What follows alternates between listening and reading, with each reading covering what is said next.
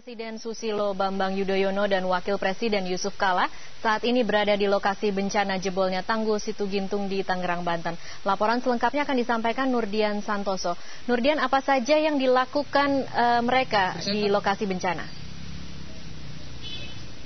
Iya, Presiden Susilo Bambang Yudhoyono dan Yusuf Kala hari ini siang tadi sekitar pukul 1-an mendatangi lokasi bencana di Cirendai di Tangerang Selatan untuk memberikan instruksi secara langsung terkait adanya musibah di wilayah ini, dan Presiden maupun Wakil Presiden Yusuf Kala dan Presiden Susilo Bambang Yudhoyono sendiri juga menyampaikan belasungkawa atas terjadinya musibah ini yang menelan korban jiwa setidaknya sekitar 50-an orang baru diketahui, dan sampai saat ini proses pencarian juga masih terus dilakukan.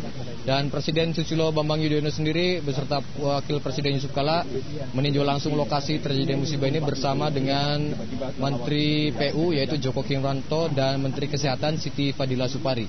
Dan sementara itu proses evakuasi terhadap korban selamat maupun korban tewas akibat musibah ini masih terus dilakukan, dan masih juga terus dilakukan pencarian oleh tim SAR maupun warga dan TNI AD yang juga saling bergotong royong untuk mencari korban tewas ataupun korban yang selamat yang belum berhasil dievakuasi.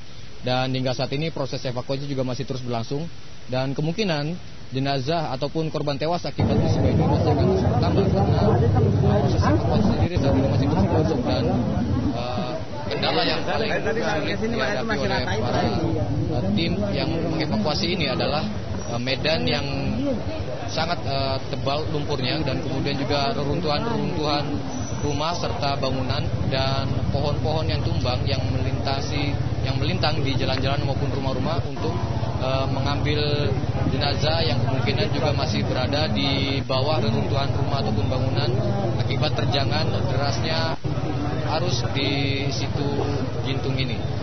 Dan proses evakuasi ini masih akan terus dilakukan hingga seluruh keluarga yang selamat tidak ada lagi laporan bahwa keluarga mereka masih hilang ataupun belum ditemukan. Siap. Ya. Baik, Nurdian Santoso melaporkan langsung dari Cirendai, Banten. Pemirsa, saat tanggul jebol, air Situ Gintung mengalir deras melalui tanggul yang jebol hingga menimbulkan kerusakan bangunan di sekitar Situ Gintung. Dari pantauan udara terlihat lubang longsoran besar di areal tanggul yang jebol. Sementara air di sekitar situ terlihat menyusut bahkan nyaris mengering karena mengalir deras ke lubang longsoran. Arus air situ yang tak terbendung mengalir dan menyapu ratusan rumah warga yang ada di sekitar aliran sungai. Tanggul yang jebol menganga sepanjang sekitar 70 meter. Tanggul ini tak mampu menahan debit air dari Situ Gintung yang meluap karena hujan deras yang terjadi dalam 3 hari terakhir.